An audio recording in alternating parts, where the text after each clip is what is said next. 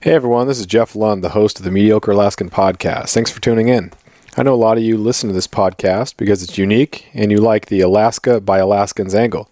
So I want to tell you about my buddy Cody's Crude Conversations podcast. Cody's a journalist, so he tracks down great guests from kelp farmers in Kodiak to Alaskan rap groups, and he has great conversations. It's great listens, so subscribe wherever you get your podcasts, and of course rate and review because that's so important helping us reach a bigger audience. Thanks for listening and enjoy this episode. Welcome back to the podcast. I'm joined today by Caleb Jacques. He is from the Bristol Bay Sport Fishing and Adventure Lodge. Is that right there? Yeah, Alaska Grizzly Safaris. Grizzly Safaris. Is that like the Google term name of it, or what's the best way to find you on social media and whatnot? At Alaska_Grizzlies on social media, and then Okay. Alaska Grizzly Safaris on Google. Okay. And that is related to the fishing lodge there that was that your grandparents or your parents started? So my adopted grandparents, yep, they started it. My dad took it over and has been running it for nearly 40 years. And so we recently switched out of the fishing into the ecotourism, into the safaris. Okay. Yeah, I was first looking around, I saw some fishing stuff, and then I saw a lot more of the photography and stuff. And what was the switch about, or what's the ecotourism rather than the fishing? Well, we started the ecotourism in our area in 2010, and it took off, and it just took over the lodge. I mean, it just boomed. So we switched, and it's hard to do both. So we switched over, and we preferred the photography side of things to the fishing. Yeah, down here in Southeast Alaska in Ketchikan, we have gone without cruise ships at the normal level for the last year and a half, and so some people are looking to pivot into different things. And ecotourism, just such a hot thing. Everyone wants to go to Alaska, and a lot of people are getting turned off by the cruise ships and whatnot. Like how else can I experience Alaska? So that's pretty great. So how long have you been in that area? Like, did you grow up there? Was it a part-time thing, or what was that like?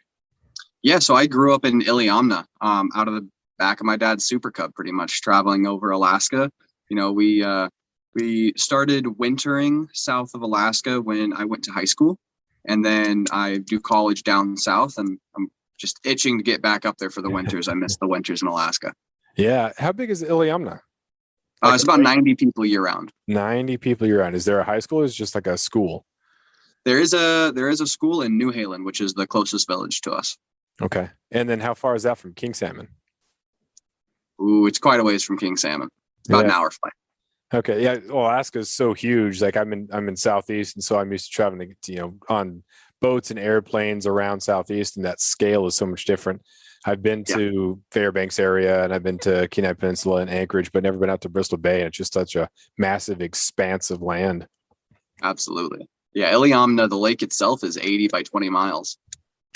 Wow. Yeah, that is a pretty big lake. And what are the major rivers that drain out of Iliamna? Because there's some iconic rivers in that area, but is there one main one that drains out of Iliamna? I would say the river that Igiagig sits on. Okay. So, yeah. Nice. So what about personal fishing? Do you personally do a lot of fishing still, or has the outdoor photography and stuff just kind of taken over? We do some subsistence fishing now, but it's pretty much just to get meat for the winter so that we can, have dried salmon, smoked salmon all winter long. What's your favorite kind of salmon? Oh, sockeye for sure. Sockeye, yeah. It's hard to beat smoked sockeye, pickled sockeye, but if you're just doing the fillet, it's just unbelievable. Yeah. Is there a favorite way you like to have it, like with a whole meal? With pickled eggs and mayonnaise, probably. Okay. That's like kind of legit weird. Alaska. That's not like I like burgers, but salmon here and there. That's full on legit Alaska. Yeah, it's like trapping food. So as you're adjusting, you're pivoting in the industry. What were some of the concerns as you were making that, or was it just an obvious switch from kind of the fishing, which is kind of what Alaska is known for, to the ecotourism, which is a budding industry? Yeah, there was a lot of hesitation with it being a sustainable industry at first, and it was difficult to make it work at first, but we had a really interesting setup. So we got together with a National Geographic photographer known as Art Wolf, who was close personal friends with my dad for about 40 years before my dad switched into the ecotourism. And then as soon as we switched into ecotourism and got Art Wolf to do a 14-day trip with us, the lodge just kind of exploded with photographers that wanted to go lead tours in our area. And for a long time, we were one of the only operations that really did these grizzly bear safaris in all of the locations that we still do them today. Now there's a lot more competition in some of these locations, but we still have a few secret spots kind of hidden away from the rest of the world, if you know what I mean. Yeah. How much traffic do you get up there? Because it's totally, or it's pretty isolated, but like that's where a lot of people want to go. Like, do you get a ton of people, and is it do you still get that expanse of there's no one else out here feeling, or is it pretty competitive? It depends where you go, on some rivers, there will be days where I see 14 to 25 other people, 2 to 3 other groups. And then there'll be days where I don't see anybody, or weeks at a time when I'm camping at a specific location, like on the coast, that's remote, but that is known for its bears, that, I just won't see another airplane for seemingly 2 or 3 weeks at a time. Mm-hmm. So there are people that go up there and they get some great photos at some of the iconic but well-traveled areas. So when you're going a little bit more remote, you're not getting bears that are as seasoned with people. So what's the difference in approach going to an area that has a lot of bears but is used to people versus those private spots? I would say you have to be really intentional when you're out with bears that haven't been as well as habituated as like the bears at Brooks. You got to be really intentional about everything you do. So there's one river that comes to mind. We just call it the Mud River because it is super shallow, but it's very, very murky. And so the bears line up there to actually fish for silvers. It's like the last push of salmon on the coast in the year. So it's late in the season, early September to mid-September is when the spot turns on. And it's a winding river. So you have to take your corners really wide. You have to watch for big boars because there are a lot of really big bears in that spot because it's so late and there's such fierce competition for that food resource. There, you can get into trouble really easy in that spot if you're not like looking over your shoulder and the rest of your crews. And it's super dense foliage. That alder brush is just overgrown in this location. So you got to be careful you don't just step on a bear. Right. I've had to stop groups of 6 or 8 people and be like, okay, we're going to back out of this location because there's a bear about 15 yards in front of us. And, I don't really want to wake him up. And so that's always nerve wracking when you're like crashing through the alder, hoping you don't step on a bear until you can get out into a clear space. And then once you're in a clear space, you can approach them and gauge how comfortable these bears are with you. But yeah, it's really just about reading the location, the terrain, and the bears. Mm-hmm. Have you read The Grizzly Maze? I have not. I'm sure you're familiar with the story about Timothy Treadwell, who was living with the bears and got eaten. And that was one of the biggest things. Like, he was so good at reading the bears and understanding and being intentional with things. 100%. He got to the point where it just seemed like it was crazy and ridiculous, and he was encroaching on the territory in a way that people thought, and some biologists thought was irresponsible. But it was the fact that he was there later in the year. He'd been up there for all those years during the summer, and he left before things got really competitive. Exactly. And when he was there too late, that was unfortunately when he and his girlfriend were killed. Can you talk a little bit about just how different the mood changes when resources become a little bit scarce and the days get shorter? Yeah, absolutely. The latest I've been up there is probably the 3rd of October out in the field. And that's when you run into a bear in early October they're coming back from clamming and they're off the sedge grasses. They haven't eaten salmon in 3 to 4 weeks. You get a different type of bear. I mean, they are much less willing to let you approach them. They're much more likely to bluff charge you and become territorial and defensive. And while I haven't had any like real serious issues, I haven't had to bear spray a bear that late in the fall. I have had standoffs with bears, that might have been across the creek from me. And whereas previously they would have been comfortable with that, now because all of that food resource is gone, they view me as a much higher threat to them. And so they react much more extremely than they do in like May, June, July, August, when there's plentiful food. Mm-hmm. Yeah, I mean, if you want a specific instance, I had about a 5 minute encounter with a bear when I was like 16, and I tried to bear spray the bear, but my bear spray actually failed, Oh and that boy. was horrifying. So I immediately dropped my bear spray, switched to my 44 revolver, which is single action. So I cocked the hammer back, and I stood there for about 5 minutes getting pushed back while my client had his tripod over his head. And we were really lucky, and that's when I really started to realize that your gear, it just, you have to make sure that you're carrying good gear that you can depend on, because I never want to be in that type of situation again when all I have is my 44. Right. So yeah, it's definitely a shift in October. So when you're getting good at that stuff, like you're limited in experience. You're spending some of your youth there. You're going to have more of an opportunity to get better at these things. But when you are becoming more experienced around bears, is it more about luck or skill, or how do you become more comfortable going forward? Caution. Approach every situation with caution, extreme caution. I started guiding at 12, just packing camera gear. And I would guide this one same hike on this one creek because that's where I'd gone before with my dad and with our wolf and with a few other photographers. And at first it was, I don't want to be closer than I have to be to these bears. If people have 400 millimeter lenses, you don't have to be within 75 yards. And then, 15, 16, 17, I would have had more days in the field, had more time, and I was pretty comfortable at 50 yards with bears.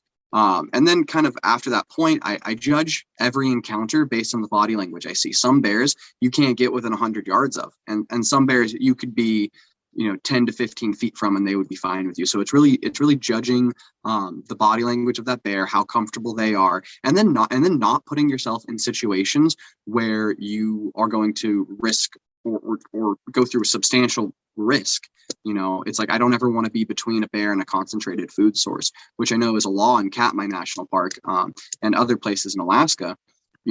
But it's hard to know what that concentrated food source is when you're on the river, right? So like Right. being between a bear and a fresh salmon that's on the bank that they're seeing, that's very different than being between like the river and the bear. So yeah, I would say caution. Yeah. Approach every situation with caution. Are you seeing a lot of the same bears? Is it something that they're easy to identify, or just because of the sheer amount of them, they just kind of go in and out? Or is it just like you can name them and you can guarantee that you can pattern them in a way that you can pretty much assume that they're going to be in certain areas? Yeah, so when I was 16, I started portfolioing the bears on a particular creek in Katmai, and right now I have about 200 bear portfolios, which just basically is single files that contain a name of the bear and then dozens of pictures throughout the years. And so one of the iconic bears that I photographed for about 7 years is actually Flapjack, who has a massive chunk just taken out of his back. So I look for distinguishing marks on bears so that I can portfolio them year after year. Gotcha. So what is a trip like? What do you offer for this adventure? That's a great question. So every day, our clients are going to get in a beaver with one of our pilots, and we're going to fly out to either Brooks Falls or somewhere else in Katmai, or even on the coast near like Hallow Bay, where Timothy Treadwell was. And we're going to get out of the airplane, dock the airplane, take care of the airplane, and then we're going to move out and spend anywhere from 6 to 12 hours in the field photographing these grizzly bears. And then afterwards, we're going to get all the clients back in the airplanes. Our guides sometimes camp in these locations, but the clients will fly back to the lodge where they'll eat dinner. And then the following morning, they'll eat breakfast before their next day out in the field. Wow. What's the weather like from this? And kind of when does the season run? In Southeast Alaska, the salmon runs a little bit later than it is up there. So when do you really start going? So really June 1st is when we like full throttle things. End of May, sometimes we have groups of clients, but June 1st is like the starting day, and then all the way through the end of September. Okay. The weather fairly stable? I know it's very unpredictable in most parts of Alaska, but do you have days where you just kind of socked in, or have you had days where you are out and then the weather closes in and you have to stay out there with the clients? So we've only had one day in the last 10 years that we've actually had to stay in the field. The weather's pretty predictable in June. It can be a little bit less predictable in July. It's generally okay in August. And then September, we actually extended the trip by one day for the same price, because we are like guaranteeing that we're going to lose one day of the trip to weather. That makes sense. Yeah. And then what level of people are you seeing on these sort of things? Are people showing up with they just want to be out there and their cell phone stuff, or is it mostly just like legitimate photographers with real gear? Any yes, anywhere in between. We have people that come out not only to do the bears, but to do other adventure seeking stuff in Alaska, like the Tenalian Mountain hike and do the doll sheep and see the walrus, or photograph wolves. And then, there are the people that show up with tens of thousands of dollars of camera gear. We're really kind of set up to do anything in between. We even have loaner gear that we will give to people for their trip, that allow them to photograph at maybe a little bit higher level than they've done before, if they show up with, iPhones and GoPros and stuff like that. Mm-hmm. What'd you start out with camera wise? Oh, I started out with a Canon EOS Rebel T something. I don't remember now. Mm-hmm. Is it one of It those? was a base model. You can just get one of those like kits at the Walmart for $300-$500, something like that. Exactly. Yeah. Now those are nice. I upgraded to a Sony A6, which is really awesome. But a lot of these things, like you get a better lens, and a better body of the camera, but people don't really know what to do with the camera. So what would you say about, rather than someone buy, $2,000 in camera and gear, but can't really use any of it, what would you recommend as far as skill wise before people really invest in a bigger or a better setup? After years of fine print contracts and getting ripped off by big wireless providers, if we've learned anything, it's that there's always a catch. So when I first heard that Mint Mobile offers premium wireless starting at just $15 a month, I thought, what's the catch? But after talking to them and using their service, it all made sense. There isn't one. Mint Mobile's secret sauce is that they're the first company to sell wireless service online only. They cut out the cost of retail stores and pass those sweet savings directly to you. For anyone who hates their phone bill, Mint Mobile offers premium wireless for just $15 a month. I was hesitant about having to get a new phone and a new phone number, but with Mint, you can use your own phone with any Mint Mobile plan and keep your same phone and your same phone number along with all of your existing contacts. Mint Mobile gives you the best rate whether you're buying for one or for a family, and at Mint, families start at 2 lines. All plans come with unlimited talk and text plus high-speed data delivered on the nation's largest 5G network. Switch to Mint Mobile and get premium wireless service starting at just $15 a month. To get your new wireless plan for just $15 a month and to get the plan shipped to your door for free, go to mintmobile.com/waypoint. That is mintmobile.com/waypoint.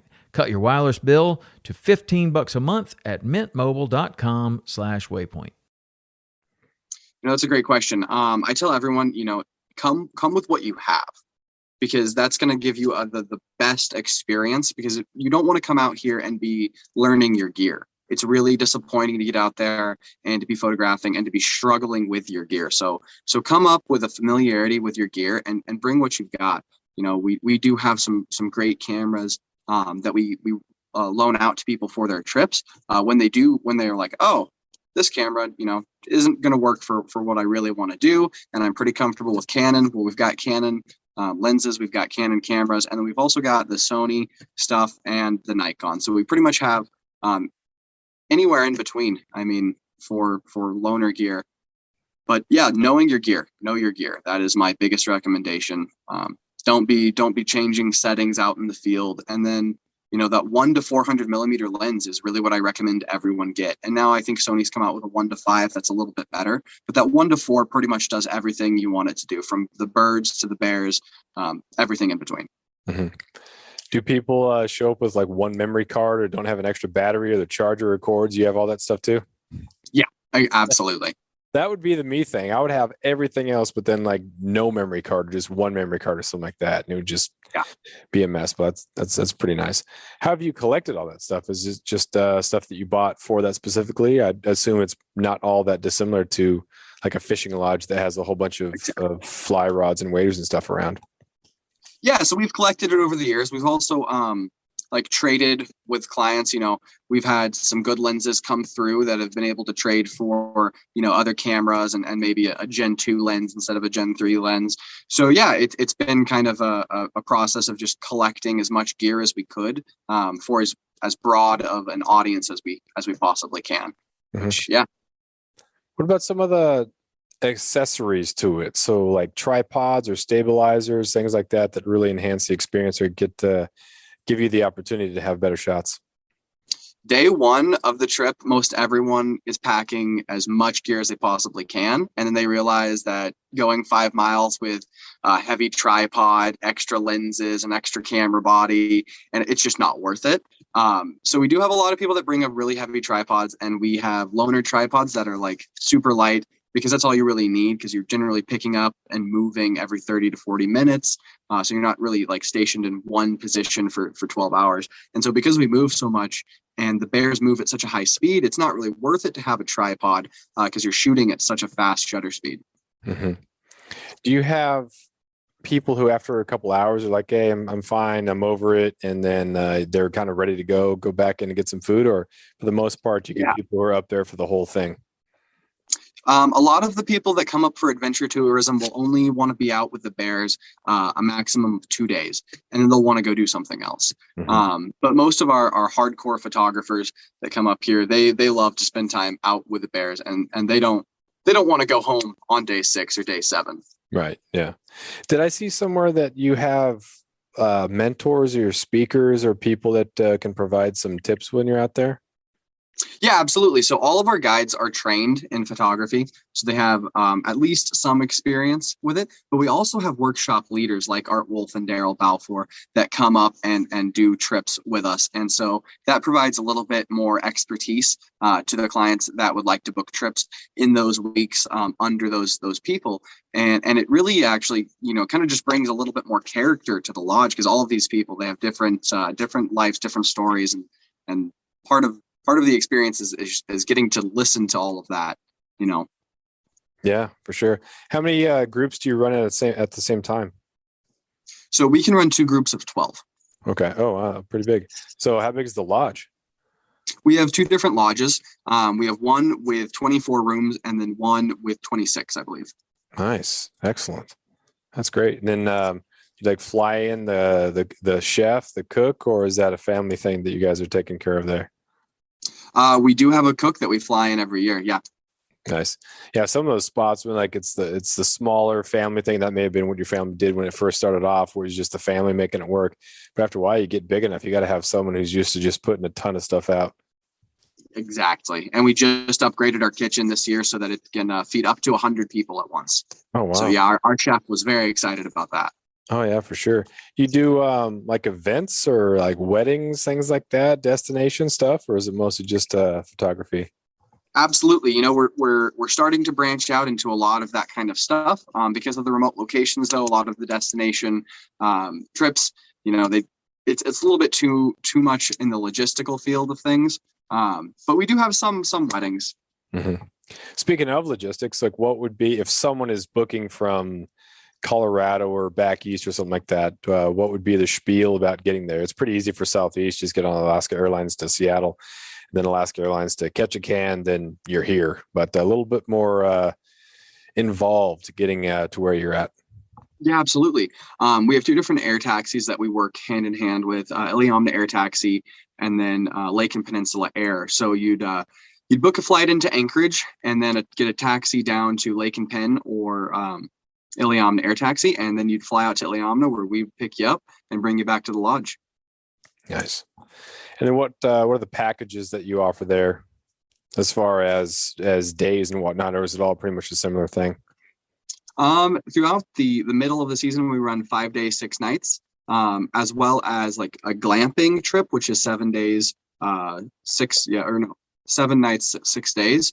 And so those 2 different packages basically encompass everything that we do, from the staying at the lodge to actually being out in the field and camping. Mm-hmm.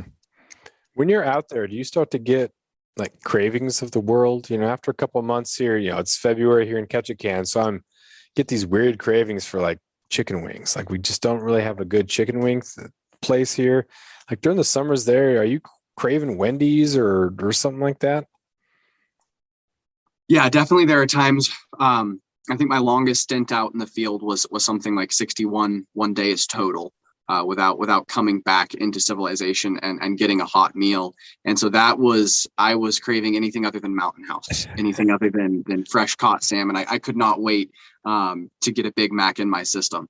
Yeah. So yeah, absolutely. Those cravings can get pretty intense. Yeah. Is it jarring when you come back? I know when I spent some summers on Prince of Wales, like, Ketchikan or Cloac is a community of about 700 people, and there's a couple other small communities around. And you can drive around. You just get in this nice 2-month routine of just fishing and hanging out. Come to Ketchikan, it's not really jarring because it's 10,000 people, but it is bigger. But heading down to the lower 48, all of a sudden it's just massive, and I don't know, it just feels gross or weird or greasy or overwhelming. Yeah. Do you get that? Does it make you want to go back out there, or do you like the energy of getting out? It's funny that you mentioned that, because I really struggle in urban environments. I don't like being in a city. I miss the smell of the grass, the lake, the mountaintops. So yeah, absolutely. I don't like being in a city for more than about 48 hours before going back home. Yeah. I can't do it. I actually have to travel to California here to pick up wilderness protection dogs here in the next couple of days, and I'm dreading that trip. Oh, where are you headed in California? San Jose. Oh, okay. Yeah, that's definitely not rural in that area there. No, not at all. Yeah, it's interesting too, and it'd probably be great for the business. We've seen in the last year and a half, 2 years now, almost, the value of being able to go outside and just get out. There were people who, when they were locked up, they just wanted to be able to go to a park. So I think a Exactly. lot of those people are going to be, hey man, as things are getting a little bit more back to normal, like I need to make that trip. I've been saving up. I'm gonna go and do these sort of things. So it's nice to be able to provide value to people. Do you feel that your job is more like important now that people have that sort of appreciation and frame of reference? I think that the audience that has come to the lodge over the last few years has definitely shifted gear a little bit. Everyone is a lot more appreciative of just being able to get out and away from the city now, opposed to 4 or 5 years ago when that was kind of a freedom and luxury that everyone had in abundance. So I've noticed that everyone that's gotten up to the lodge has been so happy just to get out of their homes. Right. And that's been something that I have felt very blessed to work with, because it really makes the experience that much more enjoyable when everyone is just looking forward to getting out and about and having fun with people they don't know. A lot of our groups are individuals or couples that are booking together. And so that's been really great to get people from all walks of life who are finally getting out of the house and intermingling and getting to do something that they're all very passionate about. It's been great to be able to share that with people. Yeah. So you're in the business of providing that for other people in Alaska. Where would you want to go if you're going to go on a safari or adventure thing in Alaska? Oh, in Alaska, I'd want to go up and see the polar bears. That would be, the big thing on my list, specifically because I study bear behavior, and so getting that experience out with a completely different species of bear in a completely different region, that would be really, really cool. Yeah. What about outside of Alaska? Patagonia. Oh. You've been thinking about this. That was on the tip of your tongue. Yeah, absolutely. Yeah, I know a guy there who does leopard tours, so that's where I would want to go. Yikes! What would that entail? Are you hoping to get a glimpse of one, or are they pretty good at getting you on leopards? It really is highly dependent on if they've got leopards in the area at the time. So you could go the entire trip and not see one, or you could go and you could see 6 or 7. It's very, very dependent on a lot of different things. Huh. It is Patagonia too, so it's not like, people just go there just to go to Patagonia. So that'd be pretty nice. Huh. So what else you got? What other things should people know about what you got going on there? We do a lot of different things. We're actually putting out a product line coming this year for people who are interested in like survival settings and kind of gearing up for a lot of the stuff that we do. We deal with a lot of risk management with the bears, obviously, but also with our airplanes.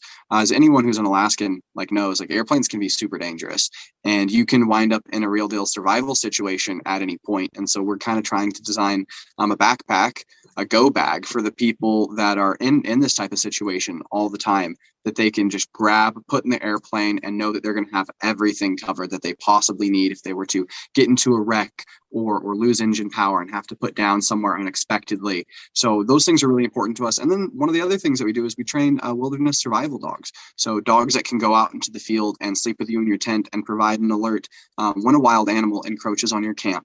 That's one of the things I've been working on training for the past 5 years in my own dogs. And that's something we've had great success with over the years.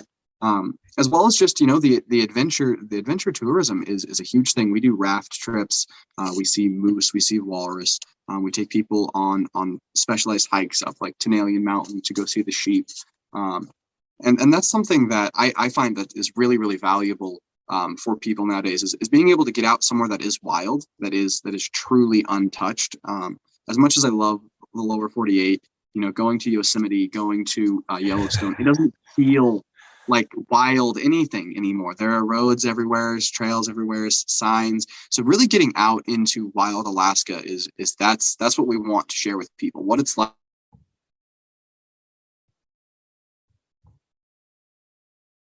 to go. Yeah. I used to live in California for a little bit after college, and we went into Yosemite a couple times, and the amount of people, it's absolutely crazy. Any pictures that you have up there of El Capitan or of Half Dome, you can't see down into the trees where all the buses are and the people and the cars. It's just not at all relaxing. And then this last summer, my wife and I went to Yellowstone, and then we got one of the back country permits and hiked down into the canyon of the Great Grand Canyon of the Yellowstone and camped down there for a couple of days, which was nice. But there were people who were still even day tripping down there to hike and then hiking back out. There were only 3 sites and you had to reserve it. So we felt relatively alone, but still, you get back up to the rim and you hike back out, and it's cool that there's, people that want to see that, but man, it just takes it so far from what it used to be. Absolutely. And social media has been like the worst thing for those private select locations, because one super famous person shares a picture and everyone finds out where it is, and then it's a marked destination. Now there are going to be hundreds of people there. So that's one of the things that's really great, is that we don't share the locations that we take people, because we don't want people coming there on their own, because it's dangerous, and also because it's we want to keep it pristine. Yeah, that's a difficult balance, because you want to promote as much as you can because it's free advertising. Absolutely. Why would you not have social media? But yeah, social media is turning a lot of people on to new opportunities and experiences, which ultimately means that there's going to be more people there. Yeah. And that's one of the things that we worry about with the bears, because being out here for well over a decade and having 10,000 hours in the field with the bears, I'm pretty comfortable with them. But someone that's going to come from the lower 48 and then try to reproduce the videos that I make for our social media, that's gonna be dangerous, because they don't have that experience to rely on. Yeah, exactly. But where can people find you? In closing, with your Facebook, Instagram, all that stuff. Give us the pitch. YouTube channel. At Alaska_Grizzlies on TikTok or Instagram, and then Grizzly Alaska for YouTube. Excellent. On the TikTok. Excellent. That's good. Yeah. Perfect. All right, man. Well, I appreciate you being on here. It's been great chatting with you. Very knowledgeable and a lot of good stuff in there. Yeah. Thanks for having me, man. I appreciate that. Take care. You too.